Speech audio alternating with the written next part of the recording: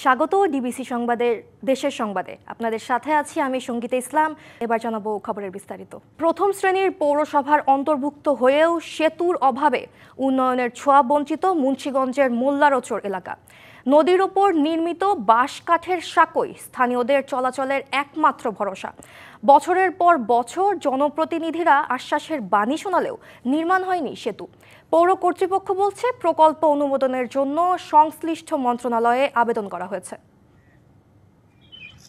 মুন্সিগঞ্জ পৌরসভার ৭ নং ওয়ার্ডের অন্তর্ভুক্ত এলাকা মোল্লারচর, যেখানে প্রায় ১০,০০০ মানুষের বাস। ধলেশ্বরী নদী লাগোয়া এলাকাটি প্রাচীন কালিদাস নদীর কারণে শহর থেকে বিচ্ছিন্ন। উত্তর ইসলামপুর ফরাজিবাড়ির ঘাট থেকে মোল্লারচর পর্যন্ত একটি সেতু নির্মাণের প্রয়োজনীয়তা থাকলেও দীর্ঘদিনেও সেতুটি নির্মাণ হয়নি। প্রায় ৫০ বছর ধরে বিভিন্ন সময়ে জনপ্রতিনিধিরা সেতু নির্মাণের আশ্বাস দিয়ে এলেও কাজের কাজ কিছুই হয়নি, অভিযোগ স্থানীয়দের। জাতীয় পার্টি খাওয়া গেল, আওয়ামী লীগ খাওয়া গেল, বিএনপি খাওয়া গেল, এখনো এই ব্রিজটা হয় না। আমাকে ভোট দেন, আমরা ব্রিজ করে দিব, কিন্তু এই যে তাদের প্রতিশ্রুতি, আসলে সেটা জাস্ট মুখে এবং নামেই। ঝুঁকি নিয়ে চলাচল ছাড়াও অসুস্থ কাউকে হাসপাতালে নিতে পড়তে হয় চরম বিড়ম্বনায়। বাচ্চারা তো এই সেতু না হওয়ার পথে নৌকা চলাচল করলে অনেক রিস্ক হয়ে যায়। প্রেগনেন্ট অবস্থায় নিতে হইলে আপনার এইখানটা ঘুরে যাইতে হয়। এই ব্রিজটা অতিথি আমাদের জরুরি। একটা ব্রিজ যদি একবার এটা নষ্ট হয়ে যায়, মেরামত করতে মনে করেন ৫ লাখ ৬ লাখ ৭ লাখ লাগিয়ে দেখা, এটা আমাদের গ্রামের থেকে টাকা উঠাইয়া এটা মেরামত করতে হয়। সেতু নির্মাণের জন্য লিখিত প্রস্তাবনা সংশ্লিষ্ট মন্ত্রণালয়ে পাঠানো হয়েছে বলে জানিয়েছে কর্তৃপক্ষ।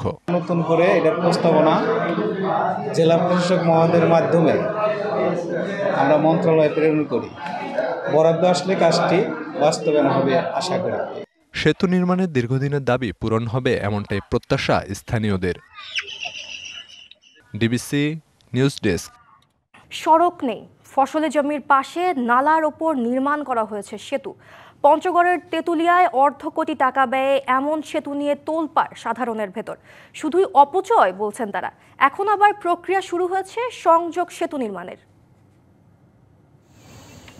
মাটির সড়কের পাশেই নালা, তারপর ফসলের ক্ষেত, সেই নালার উপর সেতু, যার নেই কোনো সংযোগ সড়ক।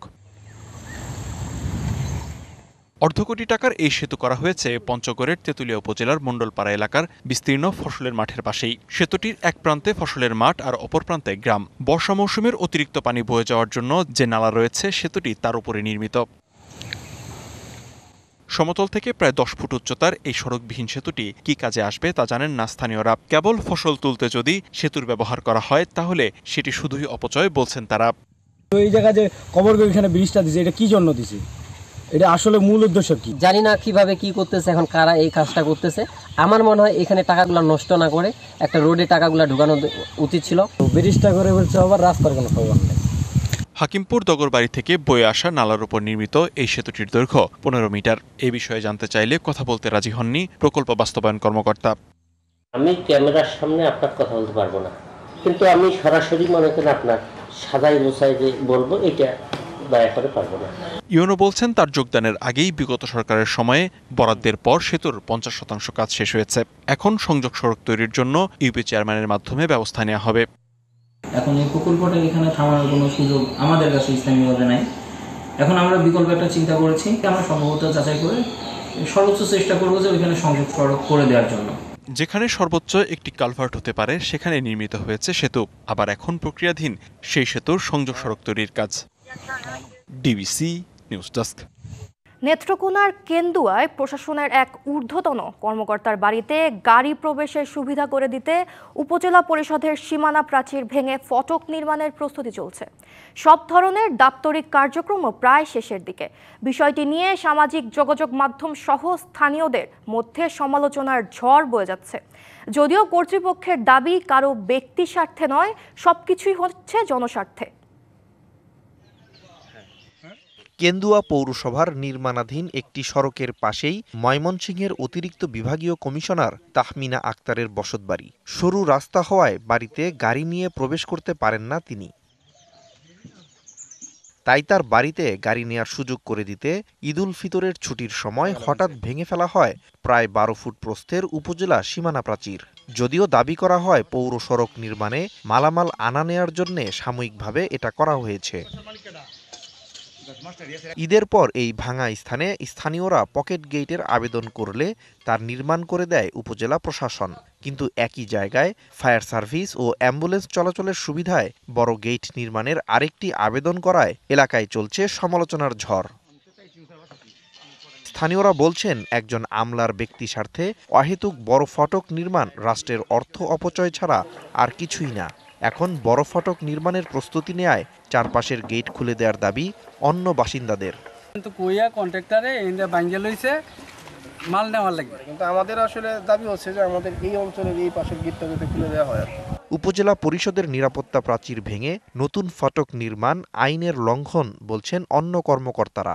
ওখান থেকে মালামাল এদিক দিয়ে বের করার জন্য ওখানে দেয়াল ভাঙা হয়েছিল। কোনো প্রকার ভাঙ্গাচোরা কিংবা পকেট গেট কিংবা অন্য কোনো কিছু আসলে এটা আমরা কেউ গ্রহণ করতে পারতেছি না। উপজেলা নির্বাহী কর্মকর্তা জানালেন, গেট নির্মাণের একাধিক আবেদন থাকায় যাচাই করে সিদ্ধান্ত নেওয়া হবে।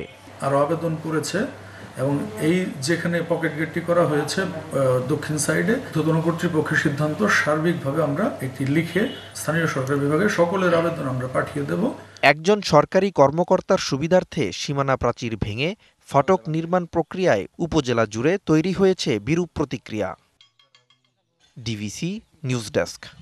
নাটোরের সোনালী ধান কেটে ঘরে তুলতে ব্যস্ত সময় পার করছে কৃষকরা। তবে প্রাকৃতিক দুর্যোগে ফলন কমে যাওয়ার পরও ভালো দাম পেলে ক্ষতি পুষিয়ে নেওয়ার আশায় বুক বাঁধছেন তারা। ক্ষতি থেকে বাঁচাতে ৮০ পাকা ধান কাটার পরামর্শ দিচ্ছে কৃষি বিভাগ।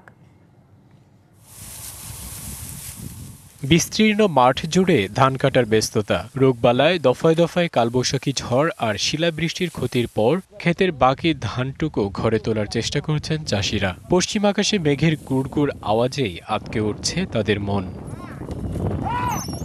কৃষকদের দাবি, এবার নানা কারণে ফলনে ঘাটতি, পাশাপাশি জেলা জুড়ে একই সময়ে ধান কাটা শুরু হওয়ায় দেখা দিয়েছে শ্রমিক সংকট। বাজারে দর ভালো থাকলে ক্ষতি পুষিয়ে নেয়ার আশা তাদের, তবে সরকারের বেঁধে দেয়া দামে অসন্তুষ্ট তারা। আমাদের যে ধান চাষের যে খরচ, এই হিসাবে আমরা বাজারে গেলে যে মূল্যটা পাই সরকারের মাধ্যমে আমরা সেই ন্যায্য মূল্যটা পাই না। মেশিন দিয়ে কাটাতে আমাদের বিঘা প্রতি ৩,০০০ টাকা খরচ হচ্ছে, আর লেবার দিয়ে কাটাতে ৭-৮ হাজার টাকা খরচ হচ্ছে। গত বছর ১৪ থেকে ১৫,০০০ টাকা বিঘা হইতে আমাদের খরচ আছে, এবার খরচ ১৮,০০০ থেকে ১৯,০০০ টাকা পর্যন্ত। প্রাকৃতিক দুর্যোগ এবং ক্ষতির হাত থেকে বাঁচাতে বোরো ধান ৮০ পেকে গেলেই কাটার পরামর্শ কৃষি বিভাগের। সারা বড় মৌসুমে আমাদের সারের কোনো ঘাটতি ছিল না এবং সেচেরও কোনো সমস্যা হয়নি। আমরা এখন পর্যন্ত বোরো ধান কিছুটা কর্তন শুরু হয়েছে, ৮% কর্তন হয়েছে। যদিও গত ৬ এপ্রিলে হালকা কিছু শিলাবৃষ্টি হয়েছিল, যেটা থেকে মাত্র ৬৯ হেক্টর জমি ধান আংশিক আক্রান্ত হয়েছিল এবং ধানগুলো হেলে পড়ার কারণে আমরা মনে করছি সেই ৬৯ হেক্টর জমিতে হয়তো ১ থেকে ১.৫ মণ ধান কম হতে পারে। এবছর জেলায় ৬০,৯০০ হেক্টর জমিতে বোরো ধানের লক্ষ্যমাত্রা ধরা হলেও চাষ হয়েছে ৫৭,৪২৫ হেক্টর জমিতে। DBC news desk. Gaibandha Sadar উপজেলার দারিয়াপুরে মীরের বাগান মাজারে চলছে ঐতিহ্যবাহী ইচ্ছে পূরণের মেলা। কথিত আছে এই মাজারে কিছু চাইলে তা পূরণ হয়। তাই বৈশাখে ইচ্ছে পূরণের মেলা শুরু হলে দর্শনার্থী বাড়ে কয়েকগুণ। ভক্তরা বাড়ি থেকে চাল, ডাল, মুরগি, খাসি, গরুর মাংস নিয়ে আসেন মাজারে। এরপর অস্থায়ী চুলায় রান্না করা হয় খিচুড়ি, পরে বন্টন করা হয় সবার মাঝে। মাজার আর মসজিদের সামনে ও দুপাশের প্রায় ৪ একর জায়গা জুড়ে বসে গ্রামীণ মেলা। দর্শনার্থীরা মেলা ঘুরে কিনে নেন পছন্দের পণ্য। প্রায় ২০০ বছর ধরে চলে আসছে এ মেলা। কথিত আছে প্রায় ১,০০০ বছর পুরনো এই মাজার। শত শত বছর ধরে এখানে লোকজন আসে। থানাকেও অবগত করাছি, ডিসি সাহেবকে অবগত করাছি এবং চেয়ারম্যানকে অবগত করাছি। তার ভেতরে আমরা এই মোতালির যে গোষ্ঠী আমরা আছি, আমরা সবাই ভলান্টিয়ার। ডিবিসি দেশের সংবাদে এই ছিল এখনকার মতো। ডিবিসি নিউজের সংবাদগুলো পড়তে ভিজিট করুন dbcnews.tv আর ভিজিট করুন ডিবিসি নিউজের ফেসবুক পেজ এবং ইউটিউব চ্যানেল। ডিবিসির সঙ্গেই থাকুন।